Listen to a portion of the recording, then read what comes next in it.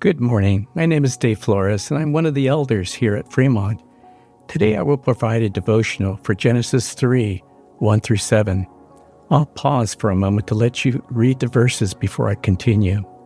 You can try so hard to teach a young person with your words and your example, but often they learn best when they learn the hard way. My mom told my brother and I over and over that the electrical outlets were not to be touched. But when he was about 10, something about it proved too tempting, and he put a bobby pin into the outlet. Anyway, the lights started blinking, and my mom ran to his bedroom to see my brother's hand was burnt. Screaming tears and many tears from my mom and my brother's suffering were all I could remember from that day.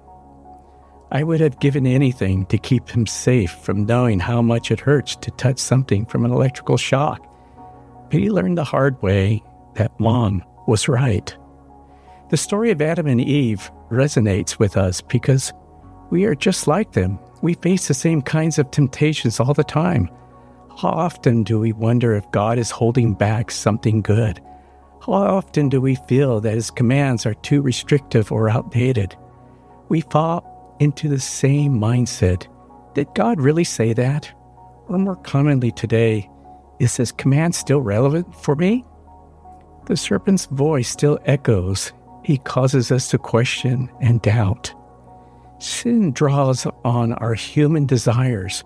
We look at something and think, that's harmless, that's good for me, even if it conflicts with God's design. It doesn't hurt anyone. We tell ourselves, but it does. It hurts us. And instead of fulfillment, it leads us into guilt and shame, just like Adam and Eve. When they realized they had sinned, they tried to cover themselves. Their eyes were open. They saw that they were naked, and they were ashamed. This shame drives them to try and hide from God. Fig leaves sewn together are not great hiding places. But we do the same. We hide, not with fig leaves, but with the layers of self-protection. We deny, minimize, excuse, or dress up our sin. We try to convince others and ourselves that it is not so bad. Maybe we fear being truly seen and rejected. So we cover up, we hide, we pretend.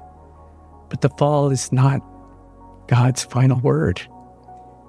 This is only Genesis 3. The rest of the Bible shows that even through this struggle lives in every generation. God is a God who pursues, and even when we hide. The very first sin that separated us from God started with a tiny compromise.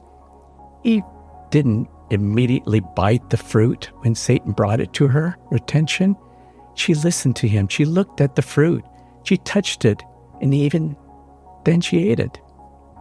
We'll always face temptations, but with Jesus' power, we can resist Satan's manipulation and refuse small compromises that lead to sin by running from anyone who tries to convince us sin is better than obedience.